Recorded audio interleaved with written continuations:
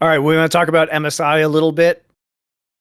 All right. It sounds like I think we've already gotten into it. It sounds like you think RNG playing from China in a hermetically sealed container, forcing everybody onto 35 ping.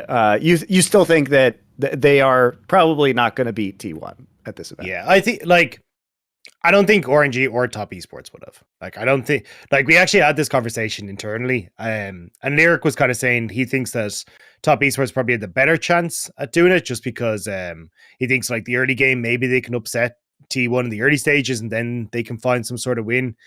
Personally, I think RNG were probably the slightly better team to try and do it because if they can kind of close up the early game, well, then they're better in the mid game, right? And you're not just going to fall behind to map play like Top Esports were, or just a turtle style that T1 can play or LCK in general can play. So, but both of us kind of agreed, and ochs included as well. We're just I don't think we're really going to stand a chance. This is the weakest I think the LPL representative has looked in quite a few years. And it just doesn't. There's just too many holes in the game plan. And it's kind of hey, look, maybe you can band-aid them over. But when you actually look at how ferocious T1 are early game, how well they play the mid game, and yes, they can overextend at points, but I still think they're just over a best of 5 going to be able to take it. Yeah, here's my point, is that because everyone's going to be on 35 ping, and that's not what T1 usually plays on, this is low-key actually activating Xiaohu's trap card, because now no one has hands. It's all about the man. And he's a chess master, so it's just the animated storyline. In real life, I doubt it'll fucking up at all. And his jungler's going to get absolutely murked on 35 ping, by the way. Absolutely murked. I do think, as I mentioned to you, Dagda, at the start, that we do have to go into this series with some tempered expectations because T1, didn't look as good in the finals as they had throughout a lot of the season because they literally had COVID while they were playing the game and felt like shit. And they made a lot of mistakes that I think they wouldn't have made in another situation.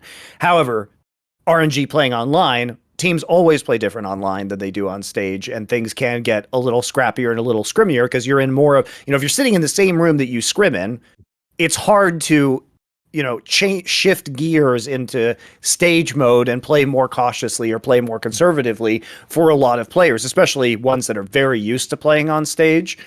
So there's a possibility that we kind of saw a worse version of RNG throughout these playoffs than what they might play on stage. But then again, they're going to be playing remotely once more, right? Yeah. So they could flip into that mode again. So I think that's another point of consideration is I felt like in both of these finals, for different reasons, we did not see the best iteration of either of these teams. Yeah, I think that is fair. I do think though that despite that, we had seen issues from Way already. RNG definitely looked more consistent than what we saw from them in playoffs. I suppose the later portion of playoffs, but I still think that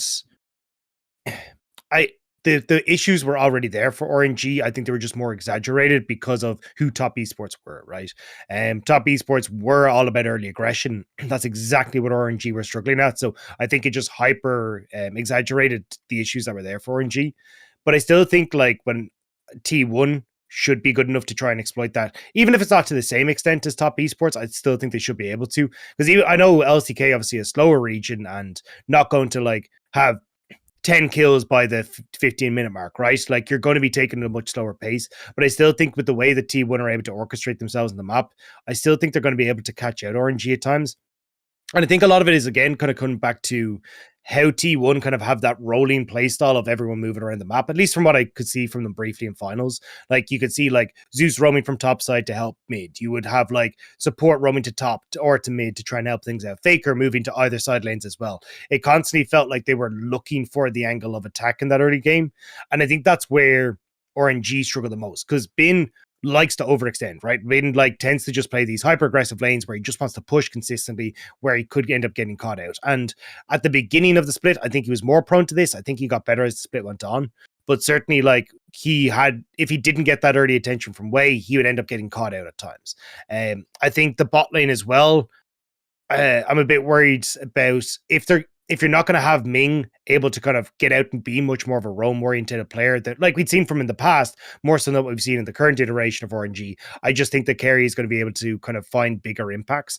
And I think it's more so the playstyle that RNG have shifted into from 2021 into 2022, which I think T1 are just going to be able to deal with easier.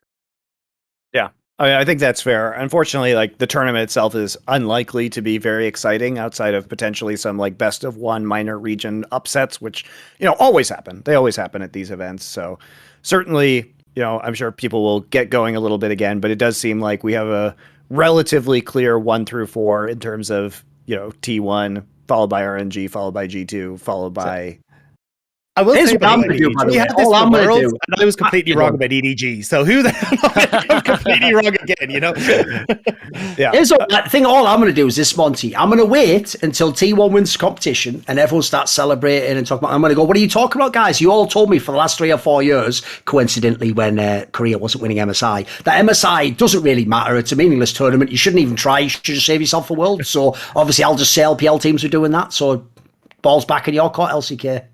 All right. See if you can maybe not destroy all your own mental over a fucking shitty exhibition tournament. Don't say anything, Dagda. Just stay nice and poker face, mate. It's all right. Dagda loves Asian games. I know it's bleeding into this. Hangzhou Asian Games #1, right? Yes, exactly. Exactly.